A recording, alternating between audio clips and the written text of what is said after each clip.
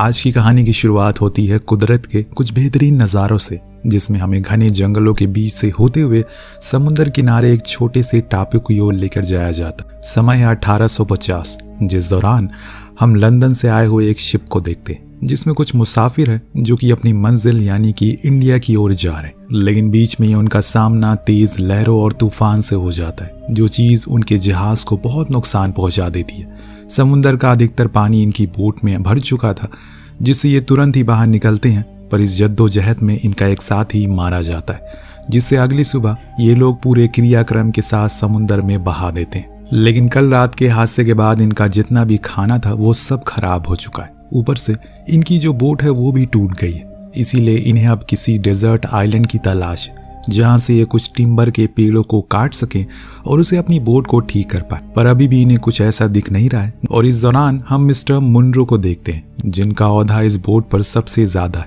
इसीलिए सभी उसकी बहुत इज्जत करते हैं। मुनरो सभी को पूरब की ओर देखने को कहता है, जहां शायद जमीन का एक टुकड़ा है, इन्हें वहीं चलना चाहिए। सब ये देखकर बहुत खुश होते हैं और उस शिप को उसी ओर मोड़ लेते हैं। लेकिन वो उस टापू के ज्यादा करीब नहीं जा सकते, क्योंकि फिर शिप वापस पानी में नहीं आ पाएगी। इसीलिए ये अपनी छोटी सी बोट से वहां तक पहुंचते हैं। पर मुनरो तो अपने घोड़े को भी लेकर आ जाता है, जो देख सब हंसना शुरू कर देते हैं। पर उसका यही स्टाइल है, वो अपने घोड़े के बिना कहीं नहीं जाता।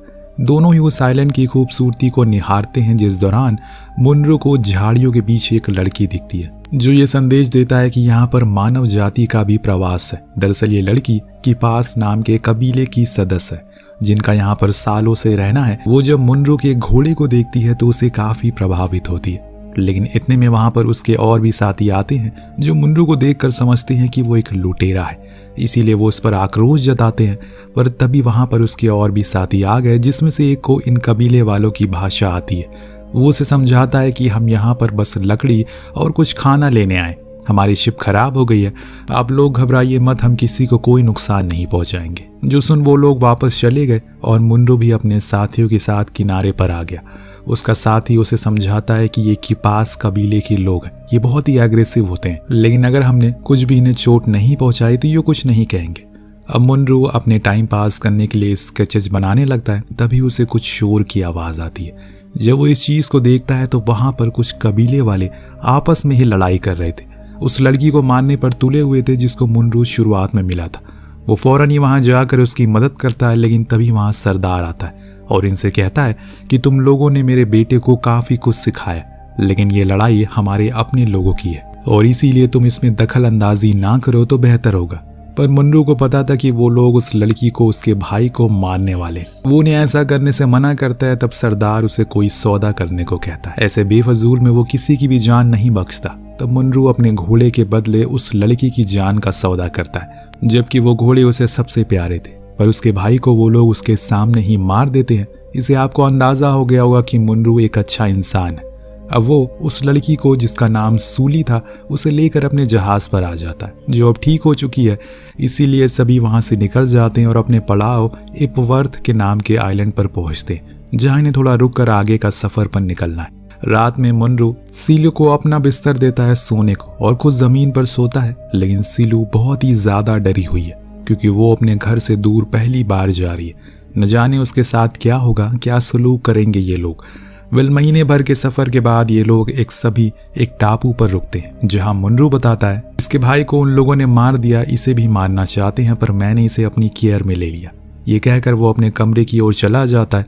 लेकिन पूरी रात सीलू रोती रहती है, न जाने कौन सा गम है जो उसे इतना सता रहा है। तो वो सही हाथों में भी है, यही बात मुनरो बार बार पूछता है, लेकिन वो जब से आई है कुछ भी बोल नहीं रही है। उसके सो जाने के बाद मुनरो उसके घाव को देखता है, जिस पर मरहम पट्टी करता है। अब यहाँ वो उस टापू पर रह रहे एक व्यापारी परिवार के साथ डिनर पर चला जाता है। जब उसकी सुबह आँख खुलती है तो वो देखता है सीलू बेहोश पड़ी है। वो फौरन एक लेडी, जिसका नाम एंजल था, उसे बुलाता है और उसे पूरी बात बताता है, जो सुन वो उसका इलाज करना शुरू करती है। मुनरो को उसकी फिक्र थी कहीं उसे कुछ हो न जाए, पर उसे होश आ जाता है, जो देख वो काफी खुश था। अब एक सुबह वो शोर सुनता है, जिसको सभी लोग हथियार लेकर दौड़ रहे थे। मुनरो भी उनके पीछे पीछे जाता है तो देखता है कि वहां पर एक कबीला है और उसका सरदार आया हुआ है, जिसे यहाँ के लोग लूना कहकर बुलाते हैं। मुनरू को कोई आइडिया नहीं था कि ये यहाँ पर क्यों आए, पर जब वो सीलू को रोते हुए उनके पास जाते हुए देखता है तब उसे समझ आता है कि सीलू असल में उस सरदार की बेटी है। पर किपास कबीले के लोगों ने लड़ाई के दौरान उसे बंदी बना लिया और इसके साथ सालों साल बदसलूकी करते रहे। आज जब सीलू ने अपने पिता को देखा तो वो खूब रोती है और उनसे अपना दर्द बयां करती है। सरदार अपने साथ किपास के 3 लोगों को लेकर आया था, जिनके बदले के लिए वो उसके सामने मार डालता है। इस बीच एंजल सरदार से कहती है कि अपनी बेटी मुनरू को लेकर आए। ये एक अच्छा मालिक है, इसने आपकी बेटी को किपास के लोगों से बचाया है। ये यहाँ पर सुरक्षित है। जो बात सरदार को ठीक लगती है इसीलिए वो उसे लेकर नहीं जाते, वहीं छोड़ देते हैं, पर अपने एक लड़के को वहीं छोड़कर चले जाते ताकि वो सूली की देखरेख कर सके, उसकी रक्षा कर सके। असल में दोस्तों, आए दिन इन कबीले वालों में लड़ाई होती रहती है, जिसके चलते इनकी औरतों को बड़ा जुल्म सहना पड़ता है। कभी वो इस कबीले में रहती हैं तो कभी उस कबीले में। यही देख एंजल ने सीलो को यहीं रुकने को कहा क्योंकि यहाँ वो सबसे ज्यादा सुरक्षित है। अब इसके बाद सीलो भी वहाँ के तौर तरीकों में ढलना शुरू हो गई। उसको ये सब करने में एंजल खूब मदद करती है। दोनों में एक अच्छा समय साथ बिताते हैं। तो वहीं मुनरू ने इन दोनों कबीले वालों को बुक खरीद कर दी ताकि ये कुछ पढ़ लिख सके। सीलू को तो डांस क्लासेस भी ज्वाइन करवा दी, लेकिन दोस्तों कुछ ही दिन में कुछ बहुत ही अनर्थ हो जाता है। जो क्या था चलिए आपको बताता हूँ।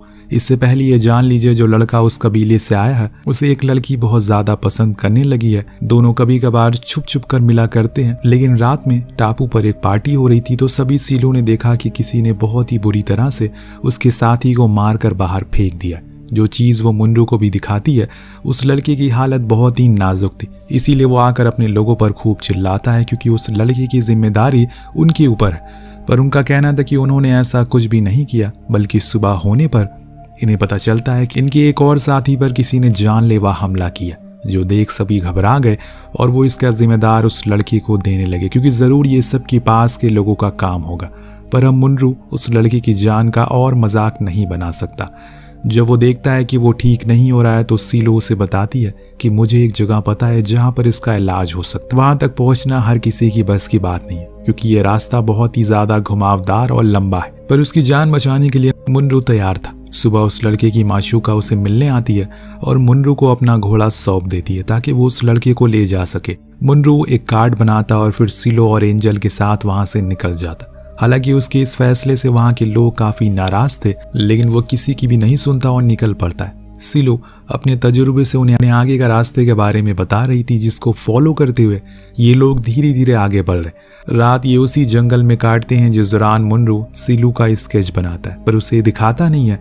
लेकिन उसके सो जाने के बाद सीलू उस स्केच को देख लेती है जिससे उसे खुशी होती है। अब ये लोग लाख कोशिश करते हैं कि किसी भी तरह करके जल्दी से उस जगह पहुंच सके, लेकिन अफसोस कि वो लड़का वहां पहुंचने से पहले मारा जाता है। इसीलिए सीलू उसके ले जाकर अपने कबीले वालों के पास जाती है जो उसकी लाश को देखकर बहुत रोते हैं। तो मुनरू उन सभी से माफी मांगता है और बताता है कि इसके साथ क्या क्या हुआ। किसी को नहीं पता, न जाने किसने उस रात इन लोगों पर हमला कर दिया। हमने बहुत कोशिश करी पर इसे बचा नहीं सके। वहां का सरदार मुनरू को कुछ कहता नहीं है, पर उसके अंदर एक आक्रोश था। अगले दिन मुनरू वहां के लोगों के स्केच बनाता है जिसमें उस कबीले का सबसे इज्जतदार आदमी का भी स्केच था जिसका नाम ओलावा था। उधर एंजल वहां की कुछ जड़ी बूटियों को तोड़ने में मगन थी ताकि वो इसे अपने साथ ले जा सके। इतने में वहां पर मुनरू आ जाता है जो देखता है कि वहां के लोग लकड़ी की मदद से कुछ बनाने की कोशिश में लगे हुए। वहीं कबीले का सबसे इज्जतदार आदमी मुनरू की वो स्केच बुक को देख लेता है, उसके अंदर बनी हुई सीलो की तस्वीर भी। इसीलिए रात में वो सभी को बुलाता है और फिर मुनरू से इस बुक के बारे में पूछता है, आखिर उसने ये सब क्यों बनाया और वो क्यों आया है यहाँ पर, क्या चाहता है वो। तब मुनरू ने अपनी कहानी सुनाता है। जब वो ब्रिटिश आर्मी में हुआ करता था तो वहां पर उन मासूम लोगों का नरसंहार देखा उसने और उसे देखकर उसका दिल पसीज गया। उसके बाद से उसने कभी भी जंग को सही रास्ता नहीं माना क्योंकि उसे हारने वाले को 2 चीजों का नुकसान झेलना पड़ता है, पहली तो खुद की हार, दूसरा अपनी जान माल का नुकसान। तब से वो उन लोगों को स्केच को बनाता है जो अपनी जिंदगी में कुछ करना चाहते, किसी चीज को हासिल करना चाहते, और ऐसा करके उसे बहुत खुशी मिलती है। ये करके वो शख्स उसकी बात को समझ लेता है, लेकिन मुनरू ये बताते हुए काफी भावुक हो जाता है क्योंकि वो अपने अतीत को भूलना चाहता है। इसीलिए दोबारा उसने आर्मी कभी ज्वाइन नहीं की। उसके इस मुश्किल समय में एंजल उसका साथ देती है और दोनों एक अच्छा समय साथ में बिताते। एक दिन वहाँ कैप्टन कुछ असला बारूद लेकर आता है ताकि वो उन्हें बेच सके, जो कि वो पहले भी किया करता है। लेकिन आज सीलू उसे मना कर देती है क्योंकि उनके पास इतने पैसे नहीं है कि वो उसे खरीद सके। उनकी ये बातें मुनरू भी सुन रहा था। वो कैप्टन से गुजारिश करता है कि आज वो दाम थोड़ा कम कर दे, लेकिन कैप्टन ऐसा करने से मना करता है। तो मुनरू सरदार के पास जाता है और उन्हें ये सलाह देता है कि ये हथियार और बारूद खरीद कर कोई फायदा नहीं है। कब तक आप लोग एक दूसरे के लोगों को मारते रहोगे? जंग से कभी किसी का कोई फायदा नहीं होता, सिर्फ लोगों ने अपनों को खोया है। जो सुन सरदार कहता है कि ठीक है, यही बात तुम जाकर कपास के लोगों को समझा दो, अगर वो मान जाए तो हम कभी भी जंग नहीं करेंगे। मुनरू मान जाता, पर इसमें बहुत ज्यादा खतरा था क्योंकि कपास के लोग आदमखोर होते हैं। वो किसी को भी नहीं बख्शते, खासकर उनका लीडर, वो तो जानवर ही है। लेकिन मुनरू फिर भी मान जाता है, शिप लेकर वहां के लिए निकल जाता है। साथ में उसके कैप्टन भी था जो अपने सौदे के लिए जा रहा था। वहां पर क्या पता उसकी बंदूकें बिक ही जाएं, पर इस बीच मुनरू नोटिस करता है कि उसके साथ सीलू भी आ गई है। अब ये देखकर वो उस पर बहुत गुस्सा करता है क्योंकि वो जिस जगह पर जा रहा है वहां के लोग उसे नफरत करते हैं। लेकिन सीलू वापस जाने से इनकार करती है, पर मुनरू के लिए अब खतरा और बढ़ गया क्योंकि उससे अब सीलू की भी रक्षा जो करनी है। सफर के बाद ये लोग उस टापू पर पहुंचते हैं जहां कैप्टन सरदार के बेटे से मिलता है। उसे बंदूकें दिखाता है तो वहीं मुनरू सरदार से खुद जाकर मिलता है, जो उसे देखते ही पहचान जाता है, अरे तुम तो वही हो ना, घोड़े बेचने वाले। तो मुनरू हाँ में जवाब देता है। फिर वो अपनी बात रख कि वो लूना कबीले से आया हुआ है, उनकी शांति संदेश लेकर। उनके लिए एक तोहफा भी दिया है, जो सुनकर सरदार हंसने लगता है और कहता है, क्या तुम्हें पता है ये जमीन हमने खून के पसीने से सींची है और तुम कह रहे हो कि हम उन्हें माफ कर दे? ये कभी नहीं होगा। ये कहकर वो बाहर आ गया और कैप्टन की बंदूकों को देखने लगा। इस दौरान मुनरू को अपना घोड़ा दिख जाता है तो वो उसे देखने चला गया। इधर कैप्टन के ज्यादा दाम को देखकर सरदार उल्टा उसकी ओर बंदूक तान कर चला देता है और उसे वहीं मार डालता है। इसके बाद उसके जितने भी लोग थे उन सभी को मार दिया जाता है। जब मुनरू शोर की आवाज सुनता है तो वहां घोड़ा लेकर भागने लगता है, लेकिन तभी एक आदमी उस पर हमला करता है, पर सही मौके पर सीलू उसे शूट करके मार डालती है। जिसके बाद दोनों ही वहां से भाग गए। लेकिन रात में वो मुनरू को बताती है कि अब जंग होने वाली है। कपास के लोग अब ये जान गए हैं कि हम शांति चाहते हैं तो वो हमसे लड़ने के लिए जरूर आएंगे, क्योंकि यही सदियों से चलता हुआ आ रहा है। जो सुन मुनरू भी सोच में पड़ जाता है कि ऐसा कैसे हो सकता है। खैर सुबह जैसे ही सीलू अपने पिता के पास पहुंचती है, उन्हें सब कुछ बता देती है। जो सुन वो अपने लोगों को जंग के लिए तैयार होने के लिए कहते हैं। तब मुनरू और एंजल भी उनका साथ देने को राजी हो जाते हैं। जंग का आरंभ होता है। दोनों ही कबीले के लोग आपस में भिड़ जाते हैं, पर मुनरू के आइडियाज के कारण ये लोग 2 कदम आगे रहते हैं। इन्होंने वहां पर पहले तो स्मोक छोड़ दिया, जिससे कि कपास वाले कुछ देर उन्हें दिखाई नहीं देता। इसका फायदा उठाकर ये उन पर खूब गोलियां चलाते हैं और उनके आधे से ज्यादा लोगों को मार गिराते हैं। पर इसमें एंजल को गोली लग जाती है, जिसके कारण उसकी वहीं मौत हो गई। पर इस चीज से मरूनू बहुत ही ज्यादा गुस्से में आ जाता है। वो भी अब बाहर निकलता है, सभी को मारना शुरू करता है और अंत में इस जंग में जीत लूना कबीले को हासिल होती है, यानी कि सीलो के पिता की, जो कि अपने दुश्मन कबीले के सरदार के गले को उसके ही हथियार से काट कर फेंक देते। फिर जो उनका बेटा होता है उससे शादी खुद की बेटी सीलू से करवा देते, क्योंकि वो दोनों शुरू से एक दूसरे को चाहते थे और ये बात सीलू के पिता को भी पता थी। पर इस मतभेद के कारण वो कभी भी इन दोनों को एक नहीं कर सके। लेकिन अब शायद बदलाव हो जाएगा, जो चीजें हमें 4 साल बाद देखने को मिलती भी है। दरअसल ये कहानी है 1850 की, जब दुनिया की मोस्टली सभी कंट्रीज और जमीनें ब्रिटिश एम्पायर के राज में थी। इसीलिए 2 जनरल इन लोगों से मिलने के लिए आते हैं, क्योंकि अब बहुत कुछ बदल गया है। जंग जैसा कुछ भी नहीं है।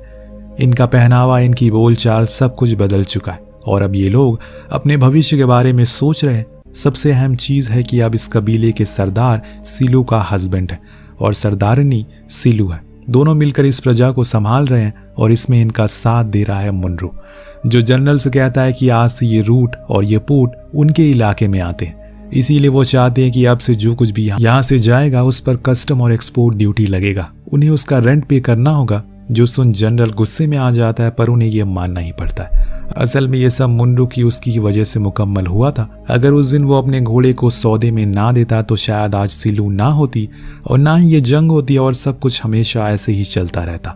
लेकिन आज बदलाव आया, जिसके कारण इस कहानी का यहीं पर अंत होता है। तो आपको कहानी कैसी लगी हमें कमेंट करके जरूर बताएगा। मिलते हैं अगले वीडियो में। Thank you so much watching. Peace out.